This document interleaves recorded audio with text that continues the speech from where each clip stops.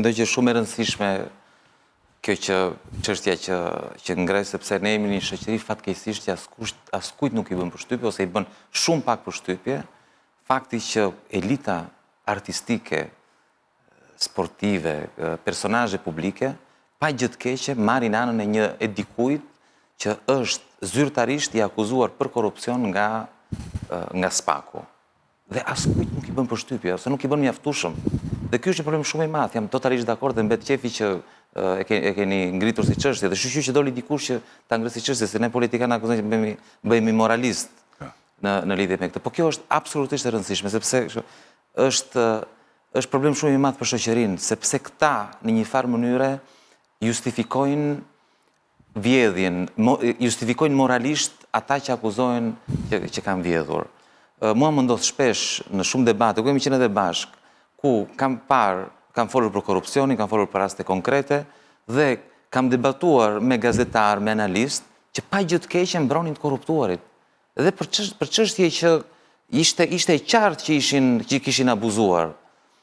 Dhe problemi është që kush na sheh nga shtëpia, ose të paktën këtë ndjesi kam patur, kush na ka ndjekur nga shtëpia, në një farë mënyrë ka thënë që nga normale, se nëse unë kam qenë me 5 analistë dhe gazetarë, dhe të 5 këta kanë justifikuar vjedhjen, dhe unë kam qenë 1 kundër 5, ai nga shtëpia thotë shpejt që këta që nga shumica që nga me hajdutët.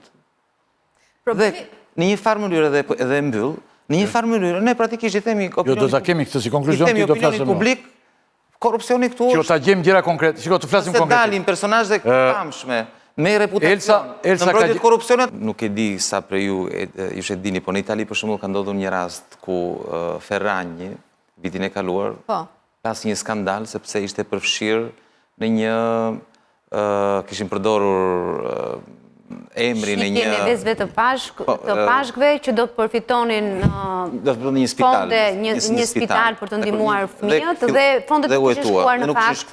Nuk shkuar të gjitha, kishin shkuar pjesërisht, kishin abuzuar, tjetër gjë kishin thënë në reklam, tjetër gjë pastaj kishin bërë. Dhe ajo pratikisht u përjashtua totalisht nga çdo event publik. Dalim të një gjë shumë e rëndësishme. Ajo ftoi kudo, ishte një star dhe ftoi kudo. Me njerë sa po ndodhi kjo, ajo pratikisht e la bashorti, nuk e ftonin më në asnjë event publik. Po kjo nuk ndodh në Shqipëri. Po këtë pikërisht të jo mos të lëri bashkëshorti, domethënë gjëja tjetër e rëndësishme që kam dashur të them, ajo nuk ishte votuar. Është rehabilitimi. I këtyre njerëzve. Ajo nuk ishte votuar. Ajo nuk ishte vjedhur fonde publike.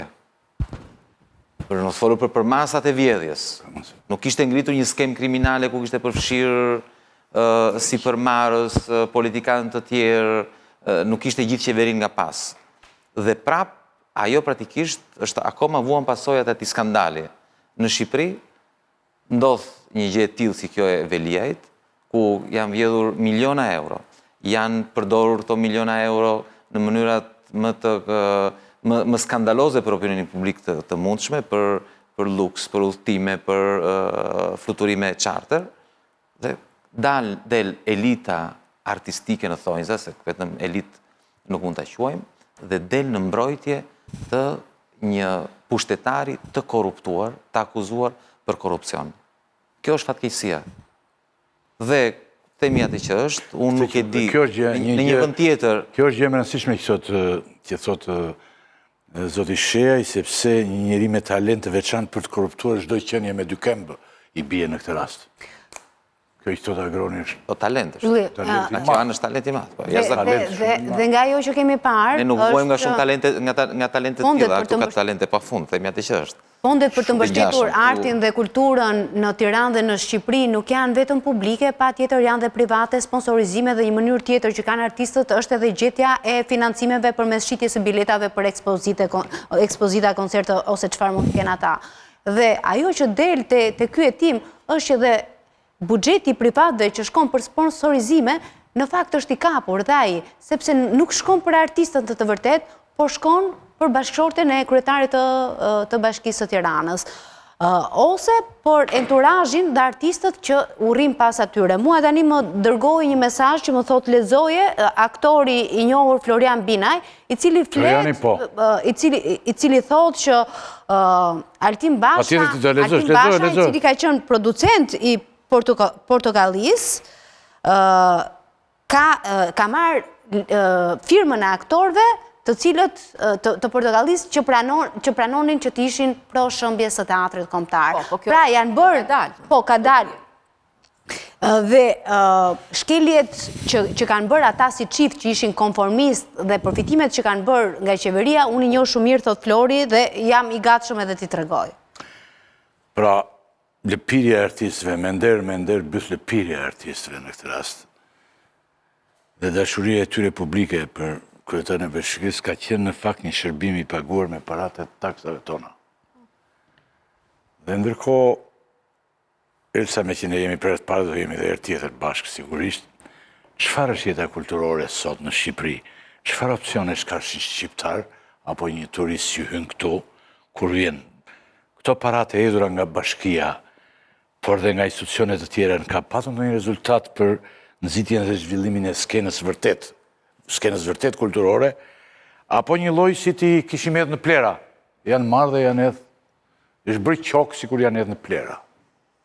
Atëherë, duhet të kujtoj raportin që kanë nxjerrë Spaku në 2021-shin, mos gaboj, që për periudhën 2016-2020 Bashkia e Tiranës kishte dhënë gati 12 miliard lek të vjetra, po flas me të vjetra, 12 miliard lek, ku aty rezultojnë, pra këtu përfshihen të gjitha pagesat që janë bërë në sektorin e kulturës edhe të sportit. Dhe midis tyre ke një mori artistësh, po i quajmë për konvencion artistës, sepse ti është artiste dhe të bësh këtë, janë dy gjëra që nuk mund të jenë kështu, domethënë. Artisti nuk ka lidhje me këtë situatë që po flasim ne. Ne po i quajmë, po vendosim një kode dhe po i quajmë artist, sepse nuk janë të tillë. Dhe te kjo listë dalin zbuluar shumë persona që janë kryesisht të spektrit të koncerteve, të aktiviteteve masive dhe jo të kulturës cilësore. Kësaj i kam shuar edhe Veliaj. Se këtu është një turp. Aq shumë i kam shuar, sa edhe në rastet kur ai ka financuar për art cilësor teatrin, vetë Basha ka rënë në një banalitet të bërit art, sepse korrupsioni detyrimisht domethënë të bën të tillë, që ti të realizosh 5 shfaqje në vit, është e pamundur. Është e pamundur. Një artist i vërtet përqendrohet në 1-2 gjëra projekte në vit që t'japi më të mirën, t'japi maksimumin, edhe t'jetoj me djersën e ballit, kur i thon. Sepse është shumë e habitshme. Korrupsioni detyrimisht e çon nivelin nën 0.